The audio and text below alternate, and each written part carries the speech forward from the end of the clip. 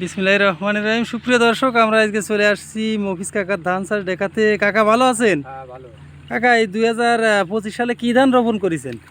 Second ধান দিছি আছে মুটা, একটা দিছি সেকেন্ড তোমার চেকন, এটা আছে রড বালাম। হ্যাঁ, আরেকটা আর মুটাটা আছে মুটা, এটা আছে কি জানো? মুটা হাইব্রিড কি সোনার বাংলা নেই নাকি রূপসী বাংলা?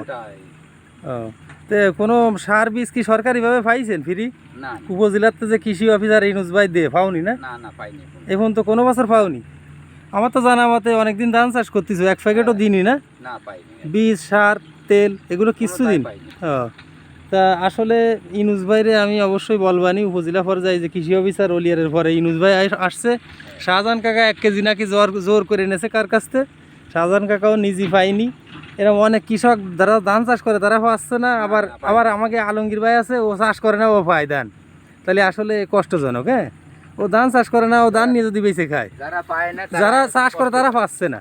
হ্যাঁ, তাহলে এটা আসলে দুঃখজনক। আমি চেয়ারম্যান দিয়ে উপজেলা পর্যায়ে যে চেয়ারম্যান আছে, পাশাপাশি টিএনও আছে, আর আমাদের যে অভয়নগর উপজেলার কৃষি অফিসার ইনুস ভাই মাঝে একদিন আসছে, আমি জানাইছি এটা যদি সে ওইভাবে কাজ না করে, ঠিকমতো কৃষকদের যদি এইগুলো না দেয় আমি ব্যবস্থা নেব।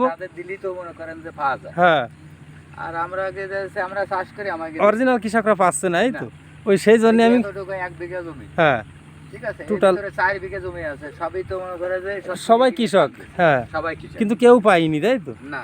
তা ঠিক আছে, আমি কথা বলবো, অবশ্যই ব্যবস্থা নেব। ইনুস ভাইরে বলেছি, আবার বলবো, ডাইকে আনবো যে কৃষকদের ভিতরে যদি অরিজিনালভাবে এই বীজ, ধান বা কীটনাশক এইগুলো যদি বিতরণ না করে, তাহলে আমরা ওনার বিরুদ্ধে ব্যবস্থা নেব।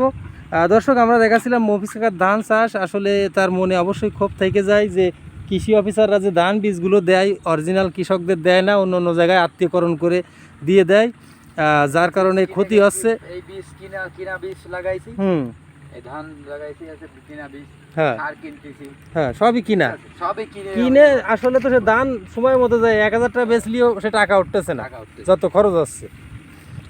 তো দর্শক, ভিডিওটি ভালো লাগলে লাইক, কমেন্ট, শেয়ার করে সঙ্গে থাকবে, চ্যানেলটি সাবস্ক্রাইব করবেন। আর আমরা আশা করি কৃষি অফিসারদের চোখে যদি ভিডিওটি বাদে, অবশ্যই আপনারা বিবেচনায় রাখবেন।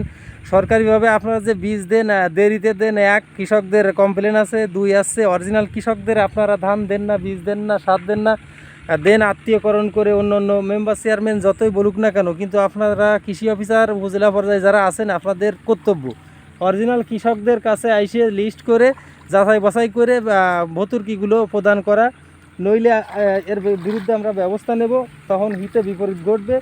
তো সে লক্ষ্যে বলতেছি, আপনারা অবশ্যই কৃষি কাজ যারা অরিজিনাল করে, ধান রোপণ করে, তাদের সাথে কথা বলে এগুলো প্রদান করবেন, তাহলে আর এই সমস্যাগুলো থাকবে না ইনশাল্লাহ।